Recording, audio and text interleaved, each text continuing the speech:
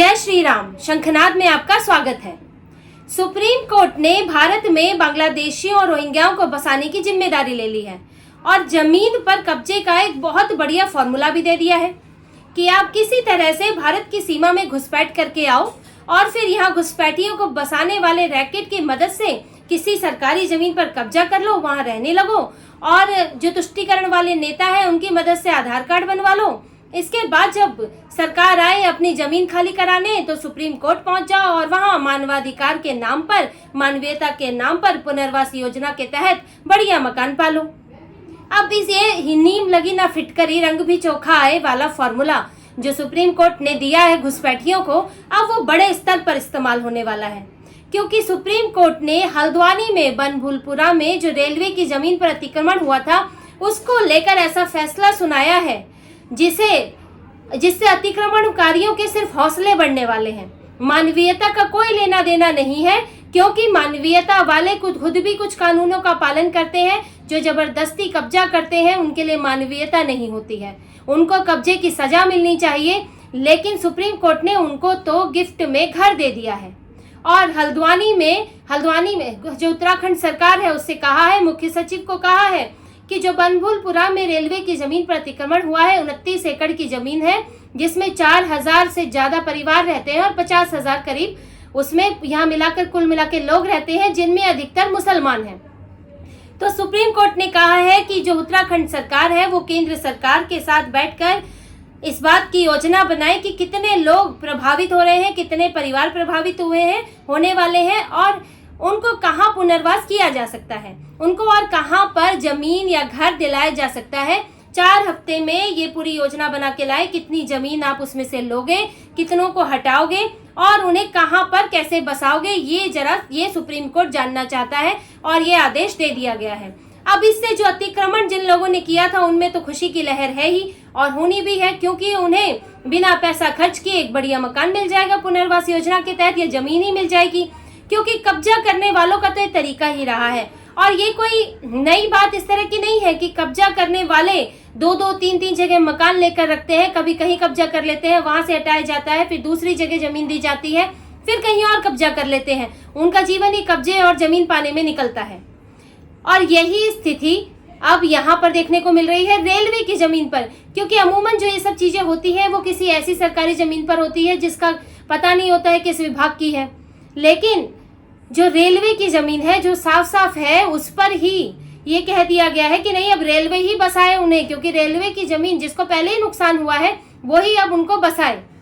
Supreme court ने ये फैसला देकर ये दिखा दिया है कि इस फैसले से कि जो अतिक्रमण करना गलत नहीं है, आप अतिक्रमण करेंगे तो आपको फायदा ही मिलेगा, नुकसान नहीं होगा। अब सुप्रीम कोर्ट ने फैसले के दौरान क्या क्या कहा कि ये लोग दशकों से वहां रह रहे हैं, 4 दशकों से रह रहे हैं, ये इंसान ही है, इनका परिवार है और कोर्ट निर्दयी नहीं हो सकता। वो दशकों से वहां रह रहे हैं, लेकिन जब वो वहां आए थे उन्हें पता था कि ये जमीन उनकी नहीं है, तो उन्होंने वहां रहना क्यों शुरू किया? वो उन्हें मालूम था कि हम किसी की जमीन पर रह रहे हैं, ये कोई ऐसी जमीन है जो हमारी तो कम से कम नहीं है, तो उन्होंने वहां रहना शुरू किया। यानी उन्होंने जानबूझकर उल्लंघन किया है कानून का, लेकिन उन्हें बदले में सजा के उन्हें क्या मिलेगा? उन्हें घर गिफ्ट मिलेगा। और सुप्रीम कोर्ट ने कहा कि हम निर्दयी नहीं हो सकते, लेकिन हम ये भी नहीं चाहते कि अतिक्रमण को बढ़ावा मिले। लेकिन आप इस बढ़ावे को रोकेंगे कैसे? क्या उन्हें घर देकर? आप इस बढ़ावे को तब रोक सकते हैं जब आप ऐसे अतिक्रमण करने वालों को सजा दें, या कम से कम सजा ना भी दें तो उनको जमीन उनसे खाली करवाएं, ताकि ये संदेश जाए कि आप सरकार की जमीनों को ऐसे ही नहीं हड़प सकते हैं। लेकिन जो फैसला दिया गया है उससे तो हौसला बढ़ेगा और उससे अतिक्रमण ही बढ़ेगा। अब सुप्रीम कोर्ट ने तो फैसला दे दिया है, जज साहब ने फैसला दिया है, तो सरकार भी अब उसके अनुसार कुछ काम करेगी। अगली सुनवाई 11 सितंबर को है और 4 हफ्ते का यानी लगभग 1 महीने का समय मिला है। अब सरकार क्या करती है वो तो आगे देखना होगा। लेकिन इस फैसले से जो आने वाली समस्याएं हैं, जो उसमें सवाल उठते हैं, हम उस पर बात करते हैं कि इससे क्या हो सकता है, क्या परेशानियां आगे देश के लिए हो सकती हैं। और ये फैसला ही अपने आप में कई सवालों को जन्म देता है। इसमें पहली चीज देखिए कि इस जमीन पर जिन लोगों का सबसे ज्यादा कब्जा है उसमें आबादी है मुसलमानों की, सबसे ज्यादा आबादी है। अब ये मुसलमान कौन है? क्या सुप्रीम कोर्ट ने इस बात पर ध्यान दिया कि ये यहाँ आई हुई आबादी है वो कहाँ रहने वाली है? क्या उसका कहीं और भी घर है? हो सकता है कि अपना गांव घर कहीं और हो। क्या उसके पास पहले से मकान है? क्या वो उस मकान में जा सकते हैं? और अगर नहीं है तो ये आबादी कहाँ की है? क्या ये विदेश से आई है? क्या बांग्लादेश से आई है? क्या ये रोहिंग्या है? क्योंकि भारत में घुसपैठ कोई नई बात नहीं है और ये भी देखा गया है कि घुसपैठी है कोई मकान खरीद के तो रहते नहीं है। वो अक्सर कब्जे की हुई जमीनों पर उन्हें बसाया जाता है ताकि वो घुल मिल जाए और उनका पता न चले कि वो कहाँ गुम हो गए हैं। तो ऐसा कई जमीनों पर किया गया है। यहाँ भी ऐसा हो सकता है क्योंकि मुस्लिम आबादी में घुसपैठियों का होना बहुत स्वाभाविक है। ऐसा कई जगह हो रहा है। क्या इस बात का ध्यान दिया? सुप्रीम कोर्ट ने बोला कि आप ये आइडेंटिफाई कीजिए कि जो लोग वहाँ हैं क्या वो भारत के ही हैं? अगर मुसलमान ही हैं तो क्या वो भारत के ही हैं? और एक बात और ध्यान देने वाली है कि हल्द्वानी में मुस्लिम आबादी बहुत तेजी से बढ़ी है। अभी 30% वहाँ मुसलमान हैं, जबकि आप दूसरे अल्पसंख्यक देखेंगे सिख जो है 2% है, ईसाई जो है वो 1% भी नहीं है। तो आखिर मुसलमान इतनी तेजी से कैसे बढ़ रहे हैं? क्या ये घुसपैठिए हैं? ये कहाँ से आए हैं? क्या इस पर ध्यान दिया जा रहा है? इस बात पर कोई ध्यान नहीं दिया गया। सुप्रीम कोर्ट ने ये नहीं देखा क्या वाकई सारे गरीब हैं? हो सकता है कि किसी के पास इतना पैसा हो कि वो खुद से घर खरीद सके, सरकार उन्हें जमीन अवेलेबल कराए लेकिन वो खरीदे, उसमें पैसा लगा सके। इस बात पर कोई ध्यान नहीं दिया गया। और इसमें एक बात और जानने वाली है कि आप देखिए इसमें याचिका डालने वाले कौन है? शराफत खान, अब्दुल वाजिद, अब्दुल मतीन सिद्दीकी सपा प्रदेश प्रभारी, हबीबुर रहमान, उवैस राजा, शबीर अहमद अलवी, तौफीक अहमद, नाजिम खान, मोहम्मद फैजान। ये मुस्लिम नाम दिखाते हैं कि ये लोग किसी हिंदुओं के घरों को बचाने के लिए तो याचिका लेके आए नहीं होंगे। वहां पर हिंदू आबादी है लेकिन बहुत छोटी है। इतने सारे मुसलमानों को बचाने के लिए ही याचिका लेकर आए होंगे। और इसी में एक नाम ये देखिए जो इसका हिस्सा नहीं है लेकिन एक नाम अलग है, अब्दुल मलिक, जो आपने सुना होगा, जो हल्द्वानी हिंसा का मास्टरमाइंड था और वो भी बनभूलपुरा की ही जमीन थी लेकिन रेलवे की नहीं थी। उसने किसी और जमीन पर अवैध कब्जा किया हुआ था और फिर जब जमीन पर सरकार कब्जा छुड़ाने आई तो उसने दंगे भड़कवा दिए और इसमें उसको गिरफ्तार किया गया है। अब्दुल मलिक बसपा का नेता रहा है और बनभूलपुरा की जमीन पर जब भी नोटिस दिया जाता था, अतिक्रमण खाली कराने की कार्रवाई होती थी, तो अब्दुल मलिक उसे रुकवाने के लिए पैरोकारी करता था, पैसा खर्च करता था। सामने से नहीं आता था लेकिन पीछे से रोकने की कोशिश करता था, वकीलों को पैसा देता था। तो अब्दुल मलिक भी इसमें शामिल है जो हल्द्वानी हिंसा का मास्टरमाइंड है।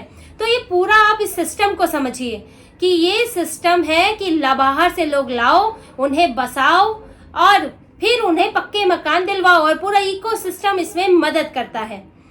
और इस फैसले से जो एक बात और निकल कर आती है कि कल को अगर ये फॉर्मूला दूसरी जगह अपनाया जाता है और अगर घुसपैठ बढ़ती है, घुसपैठ के जरिए ऐसे ही मकान पाने का सिलसिला चलता है, तो इसके लिए कौन जिम्मेदार होगा?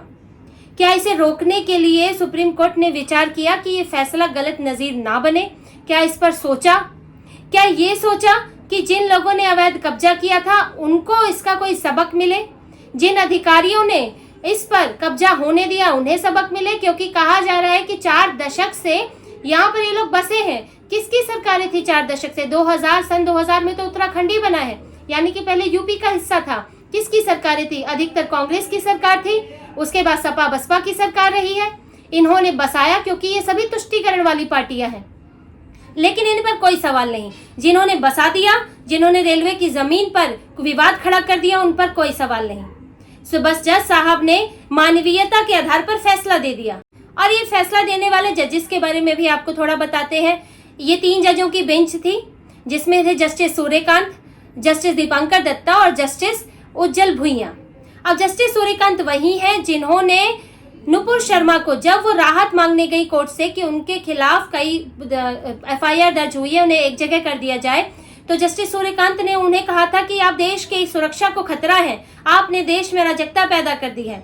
और जब जुबैर अहमद के खिलाफ हिंदू देवी देवताओं का अपमान करने का मामला चला तो उसको आराम से राहत दे दी गई और उसको जमानत दे दी गई और उसके लिए एक शब्द नहीं कहा गया। और जस्टिस दीपांकर दत्ता को तो आप जानते ही होंगे, वो अरविंद केजरीवाल को 2 बार जमानत देने वाली बेंच में शामिल रहे हैं।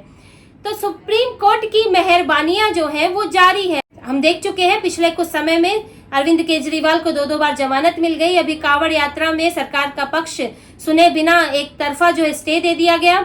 इन मामलों में भी यही होता है कि जब भी अतिक्रमण हटाने सरकारें जाती है, अधिकारी जाते हैं, तो इकोसिस्टम वाले वकील सुप्रीम कोर्ट पहुंच जाते हैं, स्टे लग जाता है।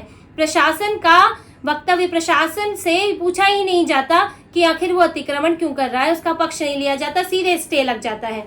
तो ये कई बार ये मेहरबानियां होती रही हैं, जारी है, और इसमें राष्ट्रीय सुरक्षा भी कई बार खतरे में आ जाती है, क्योंकि अगर बांग्लादेशी और रोहिंग्या देश में जगह जगह कब्जा करके रहेंगे तो उनको भारत के लिए लगाव तो है नहीं, वो सिर्फ भारत का इस्तेमाल करेंगे, दूसरों के हाथों में भारत के खिलाफ इस्तेमाल होंगे। और अगर इस बात का ध्यान रखे बिना अतिक्रमण करने वालों को बसाया जाता रहेगा तो एक दिन देश की सुरक्षा के लिए और देश के लोगों की सुरक्षा के लिए बहुत बड़ा खतरा बन जाएगा।